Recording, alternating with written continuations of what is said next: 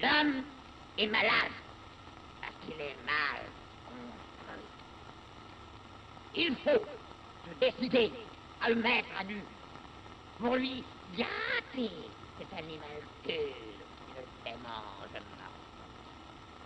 Dieu, et avec Dieu, ses organes, oui, ses organes, tous ses organes, car, tuez-moi si vous le voulez, il n'y a rien de plus inutile que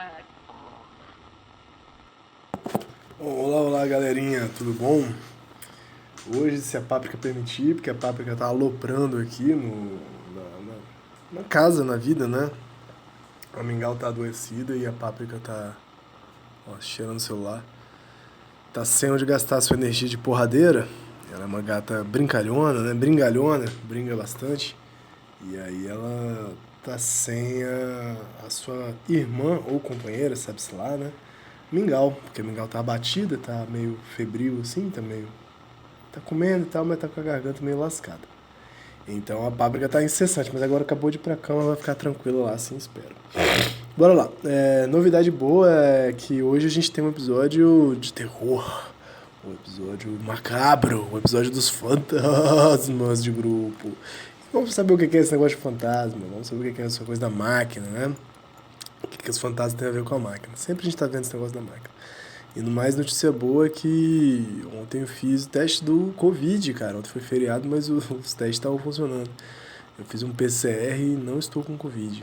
Não tive o Covid. Eu já passei por uma gripe, tô melhorando agora. Acho que na quinta-feira passada que eu gravei o episódio com vocês, né?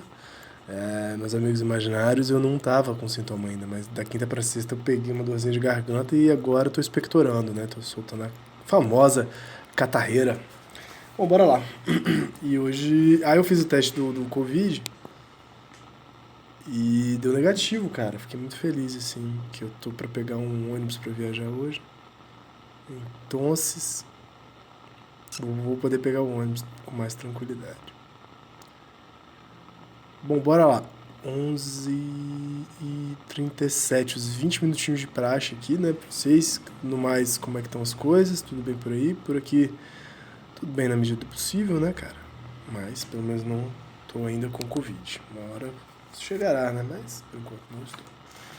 Espero que você esteja bem do lado aí. Outra notícia bem bacana. Já começou o cronômetro, né? O despertador tá aqui.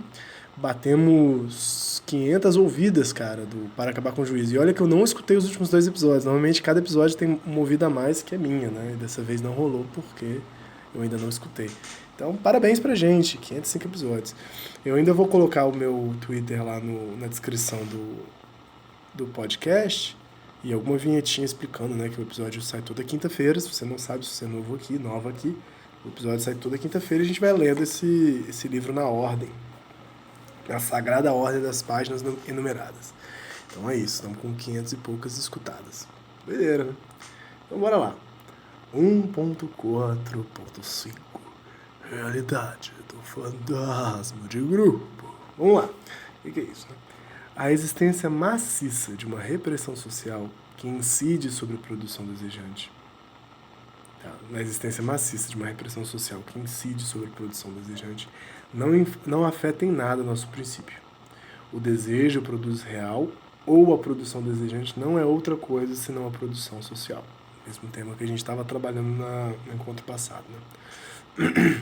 Não se trata de reservar ao desejo uma forma de existência particular, né? Algo interiorizadinho, né? Diferente da vida, diferente das relações. Uma realidade mental ou psíquica que se oporia à realidade material da produção social. As máquinas desejantes não são máquinas fantasmáticas ou oníricas que se distinguiriam das máquinas técnicas e sociais que viriam duplicá-las. Os fantasmas são antes expressões segundas que derivam da identidade de 2 tipos de máquinas em um dado meio. Sinto que precisa rolar um anexo, que é um adendo, né? Um anexo, um adendo, que é esse negócio de fantasma, né? Esse fantasmagórico. Mas eu vou tentar ler aqui até uma frente e vamos comentar depois. Ademais, o fantasma nunca é individual. É fantasma de grupo, como soube mostrar bem a análise institucional. Isso aqui dá pano para manga, bastante coisa aí para quem não é calejado aí por aulas de psicologia e de análise institucional, né? E se há dois tipos de fantasmas de grupo, é porque a identidade pode ser lida em dois sentidos, conforme as máquinas desejantes sejam apreendidas nas grandes massas gregárias que elas formam, ou conforme as máquinas sociais sejam relacionadas às forças elementares do desejo que as formam. No fantasma de grupo, pode ocorrer, portanto, que a libido invista o campo social existente, inclusive nas suas formas mais repressivas, ou, ao contrário, que efetue um contra-investimento que propague o desejo revolucionário no campo social existente. Por exemplo, as grandes utopias socialistas do século XIX funcionam não como modelos ideais, mas como fantasmas de grupo, isso é, como agentes da produtividade real do desejo, que tornam possível um desinvestimento ou uma desinstituição do campo social atual em proveito de uma instituição revolucionária do próprio desejo. Isso aqui é bonito, hein? Então tem pelo menos uns 4 pontos a serem comentados aqui, eu acho. Mas o parágrafo está acabando, então eu estou indo assim, né? Com minha voz falhando, mas já estou indo. Mas entre as duas, entre as máquinas desejantes e as máquinas sociais técnicas, nunca há diferença de natureza. Tudo máquina de máquina, é interessante. Há certamente uma distinção, mas apenas uma distinção de regime, segundo relações de grandeza. São as mesmas máquinas, mas com regimes diferentes. E é isso que os fantasmas de grupo mostram. Então vamos lá fantasmagorizar. Cara, a hipótese de que... Primeiro, a hipótese do fantasma dentro do campo da psicanálise. O fantasma ou da fantasia, de alguma forma. Pelo menos até onde eu sei, né? Então você já sabe que o que eu sei não é muito garantido. Então vai estudar, eu só estou dando uma gastada aqui da minha quinta-feira de manhã. Mas a relação fantasmática é a relação... O tipo de relação que o desejo pode ter com o objeto. É como se, no entendimento psicanalítico, tanto de arcabouço freudiano quanto em alguma medida lacaniano, nós não temos acesso ao objeto. Acho que isso já foi falado 1000 vezes. Assim, como se a realidade psíquica e a realidade real, a realidade social, a coisa material, fossem coisas separadas. Que a gente só tivesse acesso pelo desejo por representações, imagens representativas desses objetos reais. O exemplo básico que se dá, o exemplo básico que se dá, por exemplo, é quando o bebê, eu sempre volto essa coisa do bebê, né, mas é porque onde o campo pulsional, a necessidade vira demanda de alguma forma, né, e aí a coisa vira do âmbito do desejo, né. O bebê que se amamenta, logo recém-nascido, ele tem uma experiência de saciação com leite, uma saciação orgânica, né, no sentido de interromper a fome. Mas, além disso, uma outra máquina liga nele, onde que eles colocaram de um outro regime, mas que não é de natureza diferente, mas é de um outro regime dentro dessa mesma natureza. Mas que, para a psicanálise, é uma máquina de outra natureza, de alguma forma. Essa máquina é a máquina psíquica, do psiquismo, é uma máquina de memória, é uma máquina de recordar essa representação dessa experiência de prazer, da amamentação, que envolve não só a saciação, mas também o afago, o carinho, o calor, o movimento de sucção e tudo mais. Freud vai dizer que o bebê tenta repetir fantasmaticamente a experiência da amamentação. O que isso quer dizer? Ele tenta rememorar e se satisfazer, como se o desejo, o inconsciente, tentasse se satisfazer nesse campo fantasmático, nesse campo da imagem que se formou daquela experiência, da imagem inconsciente que se formou daquela experiência. Então, todos nós, quando a gente tem essa dimensão de expectativa, quando a gente tem uma dimensão de projeção, quando tem a dimensão de espera, né, do que se espera do objeto, a gente pode dizer que a gente está dentro do campo fantasmático, né, de alguma maneira. Então, o campo fantasmático é isso que aciona o inconsciente, que nos move, né? E como vocês podem ver, como vocês podem imaginar, na verdade, a defasagem do desejo para a psicanálise freudiana lacaniana vai estar sempre isso. O fantasma nunca é saciável e nunca é a mesma coisa que a realidade, assim.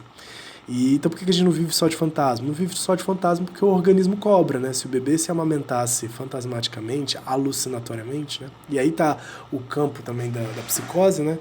Que o fantasma para a psicanálise é esse campo da alucinação, que não diz não, né? O bebê tenta repetir alucinatoriamente, né? a experiência da amamentação, teoricamente. Mas isso não dá conta de mantê-lo vivo, e há um crescente incômodo orgânico nele, né? E nela. Então é necessário, além da fantasia, realizar essa dimensão de necessidade no campo orgânico, no campo material, que eles separaram, né? O pessoal da psicanálise.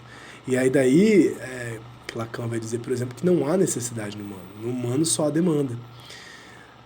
Porque é transformar isso que é fome, que nem chega a ser sentido como fome, numa questão de demandar, do choro, do pedir. E mesmo sem a gente poder falar, quando a gente é muito baby, quando mamãe, quando papai tentam decifrar o que a gente precisa, qual é a nossa necessidade, essa decifração, essa tentativa de decifração já é sugerir, já é propor, já é uma relação fantasmática de alguma forma, que propõe demandas e não necessidade.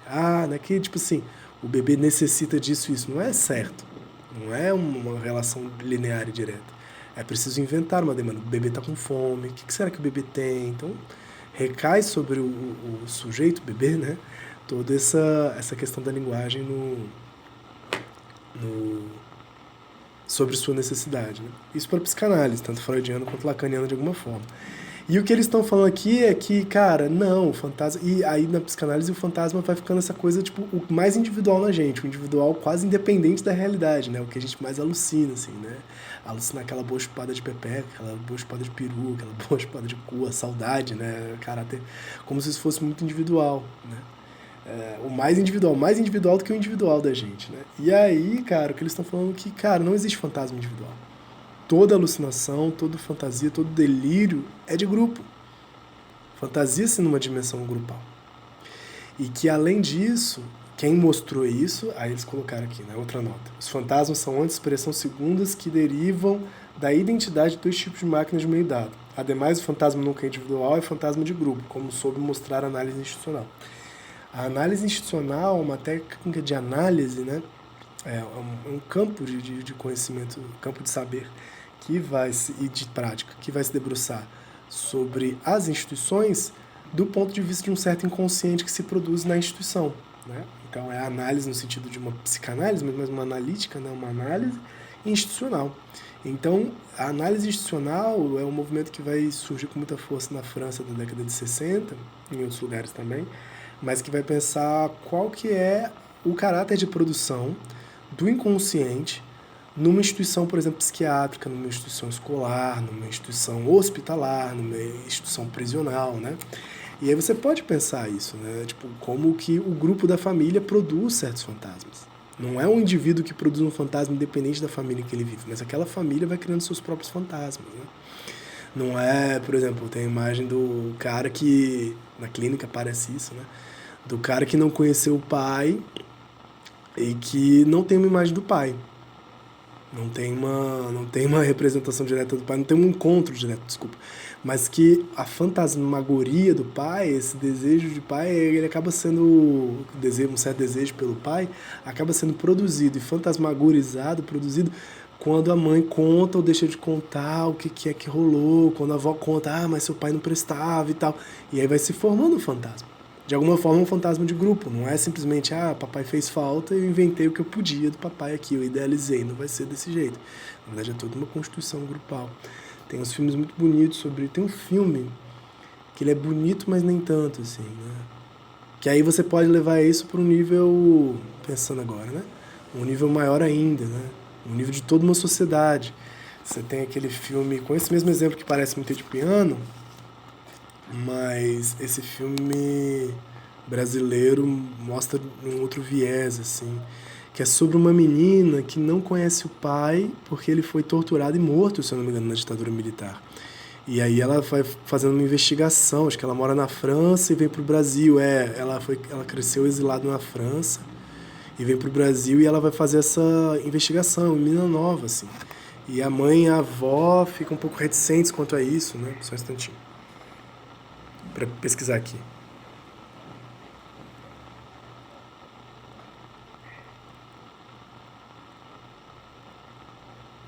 Eu sou muito literal no Google, né? Filme em que a menina volta ao Brasil procurar o pai morto pela ditadura. Se vocês estivessem aqui comigo agora, sincronicamente, vocês poderiam me soprar no ouvido que filme é esse, né? Mas Deslembro. Olha que bonito. Deslembro. Tudo a ver. O nome do filme é Deslembro. Eu achei meio chato o filme, mas essa tópica é muito bonita, né? Tipo assim, quem é esse pai que some? Quem é esse pai que não tem relação e que tem uma fantasmagoria de quem foi esse pai, quem ele é, se ele era legal, se ele não era, por que ele morreu. E é um fantasma que não é simplesmente um desaparecimento do pai numa dimensão individual, nem uma relação da filha, ela com ela mesma, com essa falta do pai. É toda uma máquina social da ditadura militar brasileira que tira esse pai abruptamente dela, sacou? Então é um fantasma de grupo, é um fantasma não só produzido, e os filmes de ditadura militar acabam mostrando isso, não é só um fantasma individual, mas é um fantasma da sociedade brasileira como grupo, sacou? O que aconteceu com as pessoas desaparecidas, com as pessoas assassinadas, né? O que se passa? E por que isso se passa, né? E aí, é claro que a não elaboração desse tipo de fantasmas, de grupo, vai produzir a manutenção de certos sintomas. Por exemplo, evidentemente a sociedade brasileira que tem uma história de não reparação, né, de não trabalho com esses fantasmas da tortura e do desaparecimento, é a mesma sociedade que permanece assassinando e matando constantemente jovens, principalmente jovens meninos, né, de população negra periférica, pela violência policial, né, tem um nome mais comum, assim, né, os autos de resistência, eu acho, né? Mas que, tipo, dá pra perceber que é um fantasma de grupo que permanece nos assombrando, literalmente. Mas essa era a análise institucional, né? Eles faziam trabalhos de grupo. O Guattari, ele tem um trabalho muito forte com análise institucional, ele que cunha o termo, né? Ou terapia institucional ou análise institucional, no Hospital Psiquiátrico de Laborde, né? No Castelo de Laborde, como já foi mencionado aqui. Então, é isso, né? É isso que se inventa, isso que se fantasia sobre o objeto, é uma fantasia já ligada à produção do real. E à produção do real social, né? Só há fantasma de grupo, por isso. E aí eles voltam aqui com essas duas possibilidades de encarar esse conceito de fantasma de grupo a partir disso. Ou se conformando com as idealizações e com as fantasmagorias da nossa sociedade opressora, né? Do nível social opressor, do registro social opressor, ou encarando a possibilidade de uma transformação social, de uma revolução. Eles colocam aqui, ó. No fantasma de grupo pode ocorrer, portanto, que a libido invista o campo social existente, inclusive nas suas formas mais repressivas, né? Tipo assim, quando o papai quer ser o grande chefe, quando o grande empreendedor quer se dar super bem, acha que isso aqui subir na carreira não, né? Nem existe mais isso, mas se self-developmentzão, assim, achando que esse é o sentido da existência dele. Claro que isso é um fantasma de grupo, claro que isso é a perseguição de uma imagem fantasmagórica que está sendo criada por um puto empreendedorismo do agora, sacou? Então e tipo assim, quando a dimensão repressiva, fantasmática do que são as minorias, do que são as pessoas em situação de miserabilidade, falando, pô, é tudo vagabundo, tudo tem que morrer, não presta. É isso que se atrelar aos fantasmas de grupo mais reacionários do campo social. Porque essas pessoas não conhecem, não se relacionam com essas pessoas seja situação minoritária, seja situação de paupéria, sacou? E aí, mesmo assim, tem um monte de coisa a dizer. Realmente é delirante, assim. É alucinatório, delirante. Mas, ao contrário, que efetue um contra-investimento que propague o desejo revolucionário no campo social existente. Então é possível também que o fantasma de grupo faça isso. Por exemplo, as grandes utopias socialistas do século XIX funcionam não como modelos ideais, mas como fantasmas de grupo, isso é, como agentes de produtividade real do desejo, que torna possível um desinvestimento ou uma desinstituição do campo social atual em proveito da instituição de uma revolucionária do projeto de desejo. Então também quando se delira, né, quando se alucina as utopias, a possibilidade de outro mundo, não é que isso está num campo individual, nossa, sonhador, idealista, como algumas terapias vão pensar, né, que é não se conformar com a realidade. Mas sim, quando isso se enuncia, quando isso se escreve, quando isso se propaga em grupo, produz-se referências, o universo de referências, a Guattari vai colocar depois, para o próprio desejo. Né? O desejo ele precisa desse mecanismo para funcionar, ele não está ali no indivíduo em cada um, ele precisa dessa grupalidade para poder pensar também a transformação, a revolução, seguir o seu ímpeto revolucionário, pelo menos assim eu entendo. São exemplos das utopias socialistas do século XIX, são vários, mas tem também o exemplo da Comuna de Paris, né, em 1871, exemplos anarquistas de organização social, né, que são também elaboradas de maneira grupal. Pelo menos assim que eu estou entendendo. Então, por fim, há certamente uma distinção, mas entre as duas, entre as máquinas desejantes e as máquinas sociais técnicas, nunca há diferença de natureza. Há certa, porque é a natureza do desejo, né? Desejo natural, natureza desejante. Há certamente uma distinção, mas apenas distinção de regime, segundo regime de grandeza. São as mesmas máquinas, mas com regimes diferentes. E é isso que os fantasmas de grupo mostram. Talvez essa dimensão de regime é o que eles vão chegar na dimensão do molar e da molecularidade. Do molar e do molecular, quero dizer. Bom, vou tentar continuar aqui. Qualquer coisa a gente comenta lá na próxima. 1.4.6. Então acabou as nossas histórias de fantasma. Foi bem aterrador. 1.4.6, as diferenças de regime entre a produção desejante e a produção social. Tá, agora eu vou explicar. Os caras são didáticos pra caramba, né? Então, se eles falaram que só tem uma diferença não de natureza, mas de regime, aí vem as diferenças de regime entre a produção desejante e a produção social. Vamos lá. Quando, anteriormente, esboçávamos um paralelo entre a produção social e a produção desejante, para mostrar nos dois casos a presença de uma instância de antiprodução pronta a assentar-se sobre as formas produtivas, e a apropriar-se delas, esse paralelismo não prejulgava em nada a relação entre as duas produções. Tá. Estamos falando aqui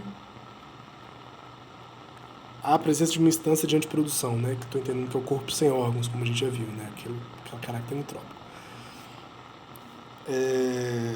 Pronto para assentar sobre as formas produtivas. E se assenta sobre as duas, no campo desejante e o campo social, né? Caraca, já foi? Que rápido. Poxa, foi muito rápido, achei. Bom, é isso. Acho que eu vou voltar do começo disso aqui no próximo encontro, né? Senão a gente vai se demorar mais. Mas espero que tenha ficado bacana essa coisa do fantasma de grupo, né? E a gente vai continuando na semana que vem, na quinta-feira, de 1.4.6, na página 48. Hoje a gente leu um pouquinho, comentei bastante, né? Caramba, não consegui ver o tempo passar. Curioso. Bom, é legal. O tempo voa quando a gente se diverte, né? Espero que vocês fiquem bem. A Páprica tá bem, a Páprica apagou, a Mingau tá apagada e se recuperando, assim espero. E se cuidem, por favor. Vou colocar meu Twitter à disposição. Não meu Twitter à disposição, mas o contato do meu Twitter agorinha no meu perfil do Spotify. Spotify não, né? Do Anchor. E o Anchor vai passar pro Spotify lá na descrição. Então, se você quiser participar disso aqui, conversar, se você é novo ou novo aqui. Eu acho difícil você ser novo ou nova aqui, já tá no episódio 21, né? Mas tudo bem. Mas se você ouviu pela primeira vez, pode falar comigo e se quiser ler junto, um dia a gente até estende esse tempo de 20 minutos para um pouquinho mais, porque é legal conversar com as pessoas, tá bom? Então, no mais, um forte abraço e até a próxima.